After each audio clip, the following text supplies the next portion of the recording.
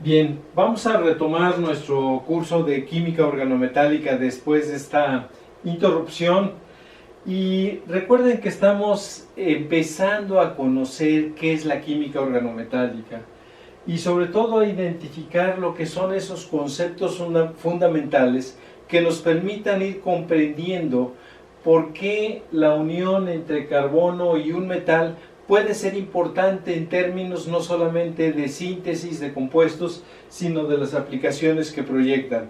De tal manera que después de haber revisado algunos conceptos fundamentales, quisiera retomar la parte de esta tabla periódica parcial, y digo parcial porque le hacen falta los elementos de la primera y segunda serie de transición interna, pero que nos permiten ir comprendiendo qué va a pasar cuando un elemento como el carbono, con una vocación netamente covalente de compartir electrones con otros elementos, trata de combinarse con algunos otros que no tienen esa vocación, y me estoy refiriendo específicamente a los metales.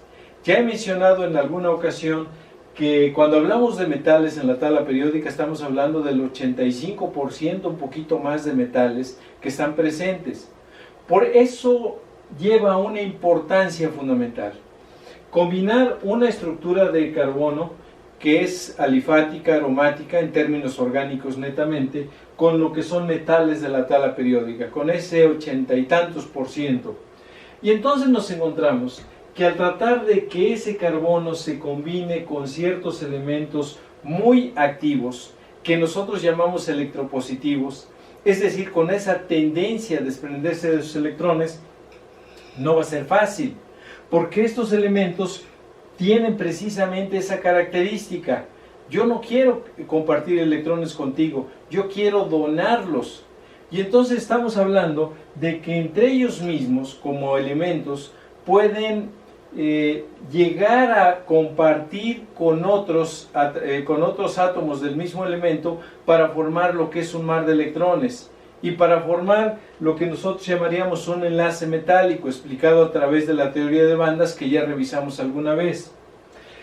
Eso lleva a que esa gran tendencia de carácter electropositivo tenga que contrastarse con lo que es el carácter covalente del carbono. Y entonces el tipo de compuestos que se forma y que se pudiera formar, pues van a ser muy iónicos. Muy iónicos porque estos tienden a formar iones cuando se combinan con no metales. Claro, cuando son no metales muy activos como los halógenos, el azufre, pues estamos hablando nosotros de enlaces iónicos, y entonces el enlace se explica a través, como ya hemos mencionado, de lo que es un compuesto iónico, a través de lo que es el ciclo de von Haber, en fin, todos esos conceptos que ya hemos revisado.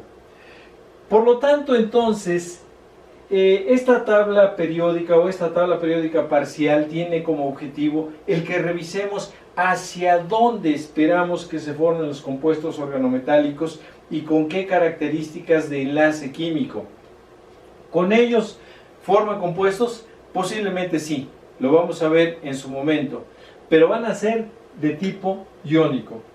Luego tenemos tres elementos que dos de ellos están colocados como alcalinotérreos, uno en la familia del boro, que es el aluminio, berilio, magnesio y aluminio.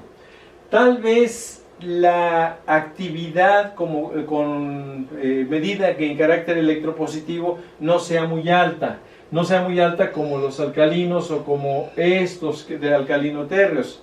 Por lo tanto, tienen cierta tendencia a la covalencia, ¿sí? Su electronegatividad es un poco más elevada, su tamaño pequeño, características físico-químicas que ya conocemos, de tal manera que cuando tratan de combinarse con el carbono pueden darnos compuestos con enlaces covalentes. Sin embargo, hay una característica especial: forman compuestos de enlace covalente multicentro, y ese concepto lo vamos a ver un poquito más adelante.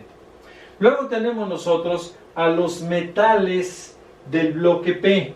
Si ustedes recuerdan, estamos hablando de los no metales, muy activos, muy electronegativos. Pero estamos hablando nosotros de una serie de metales que están presentes aquí y en esta línea diagonal, los llamados metaloides. Entonces, todos estos metales del bloque P, salvo el aluminio, y sobre todo hermanados con lo que es zinc, cadmio y mercurio, pueden darnos enlaces de tipo covalente, pero principalmente de tipo sigma. ¿Por qué zinc, cadmio y mercurio? También recordemos que dentro de los elementos del bloque D, ¿sí? Definimos nosotros elementos de transición como aquellos que en su estado basal o en cualquiera de sus estados de oxidación tienen incompleto un orbital D. Zinc, cadmio y mercurio, el máximo estado de oxidación que pueden alcanzar, que es 2, los deja con 3D10, 4D10 y 5D10. Entonces, en el sentido estricto de elementos de transición no lo son, porque ya hemos visto, no presentan color en sus compuestos, sus propiedades magnéticas tampoco se manifiestan como paramagnetismo, en fin. Entonces, cuando se estudia la química organometálica de metales del bloque P, también se hace un apartado especial para estudiar la química organometálica de zinc, cadmio y mercurio. Bien, quiero hacer también mención a dos aspectos importantes relacionados con este bloque. El fósforo es un no metal, el silicio es un no metal, ¿sí? Y a lo mejor estamos hablando del arsénico como metaloide. Vamos a ver, cuando revisemos el caso de estas familias, la familia del carbono y la del nitrógeno, que estos elementos, siendo no metales o metaloides, pueden presentar reacciones y comportamiento en aplicaciones muy similar a lo que sí sucede con los elementos organometálicos de los demás elementos del bloque P o inclusive con algunos de tipo alcalino o alcalinotérreo. De tal manera que sí vamos a tener oportunidad de que algunos elementos, siendo no metálicos, específicamente quiero mencionar el caso del fósforo, puedan ser agrupados o estudiados dentro de la química organometálica por esa característica. Bien, y tenemos nosotros finalmente todos los elementos de transición que están marcados aquí, el caso del hierro y todos los demás, ¿sí? No solamente hierro, insisto. Pero, ¿qué sucede con ellos? ¿Ellos pueden presentar enlaces covalentes? Sí, porque no son tan activos como los alcalinos o alcalinotérreos. Pero ese tipo de enlace, además de ser sigma, puede ser pi. Y da lugar a una cantidad muy amplia de compuestos y de química organometálica realmente con aplicaciones sobresalientes. Lo veremos también en su momento. Esta tabla periódica parcial, como he mencionado entonces, nos da a nosotros una gran radiografía de lo que podemos esperar de la combinación del carbono en estructuras orgánicas, insisto, pueden ser alifáticas, aromáticas, con grupos alifáticos aromáticos, pueden tener otros grupos funcionales orgánicos, pero lo importante es que la parte del carbono que es alifático aromática, ¿sí? se puede unir con metales de la tabla periódica. Tal vez no sea concluyente el aspecto que vamos a mencionar, pero la electronegatividad nos puede dar también una idea clara de qué está pasando con la combinación del carbono con metales de la tabla periódica. Nosotros sabemos que cuando hay una electronegatividad muy similar entre elementos, se puede dar la covalencia más fácilmente. Si consideramos la unión del carbono con los que están cercanos, inclusive en la química orgánica, ustedes estudian muy abundantemente la unión de carbono con nitrógeno, con oxígeno, con fósforo, ¿sí? Con azufre, para formar una variedad de compuestos muy grandes. Sabemos que hay una tendencia a la covalencia. El otro elemento que definitivamente puede presentar esa característica es el hidrógeno. Y fíjense ustedes, del 2,2 al 2,5, pues no hay una gran diferencia en la electronegatividad. algo importante es que, ¿qué pasa cuando el carbono con esta electronegatividad se trata de combinar con los elementos alcalinos o alcalinotérreos? ¿Sí?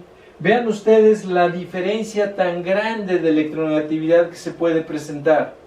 Y entonces estamos hablando de la tendencia a la covalencia y con una electronegatividad más o menos elevada, claro, no tan elevada como estos elementos, pero con elementos que tienen una muy baja electronegatividad. Entonces eso nos refuerza a nosotros la idea que tenemos y que estamos planteando de que esa combinación de carbono sí se puede dar, pero nos va a dar origen a compuestos de características muy particulares cuando se agrupe o cuando se trate de unir con ciertas familias o cuando lo hace con estas. Vean ustedes, si el carbono trata de unirse con elementos de transición, excluyendo a zinc, cadmio y mercurio, que insisto forman un grupo, una familia aparte, ¿sí? Pues realmente la electronegatividad no es así extremadamente diferente. Pudiera darse entonces ese comportamiento, pero además hay otros factores estructurales que veremos, que es el tipo de unión, ¿sí? Ya mencionamos, con estos elementos, además de unión sigma, se puede dar unión pi, y eso nos va a dar un factor importante en cuanto a energía de unión que puede darle mayor estabilidad a la química organometálica del carbono con estos elementos. Bien, yo quisiera también hacer hincapié en que qué está pasando con lantánidos y actínidos. Los lantánidos, sobre todo, bueno, los actínidos es muy poca la química que es estable y que es estudiada, pero en el caso de los lantánidos tal vez un poco más. Vean ustedes, las electronegatividades que está presentando los lantánidos son muy similares a las que presentan los alcalinotérreos. De tal manera que entonces esa química, ¿sí?, de lantánidos, inclusive la química inorgánica normal, cuando se estudian los lantánidos, se trata de rescatar un poco las similitudes que tiene con lo que son los alcalinotérreos. Así como en su momento también mencioné que zinc, cadmio y mercurio, por la valencia 2 y por un comportamiento también muy similar en términos de propiedades químicas, se asemeja a lo que es el estudio de los alcalinotérreos. Los lantánidos tienen características especiales, no estoy diciendo que sean totalmente iguales ni a la familia del zinc, ni a lo que son los alcalinotérreos, pero podemos rescatar en su momento esas características para poder ver cuál es ese comportamiento, con una diferencia de electronegatividad más o menos grande, no tan grande como con los alcalinos, que la estamos viendo aquí, o con los alcalinotérreos de mayor peso molecular, pero también nos pueden dar esas características.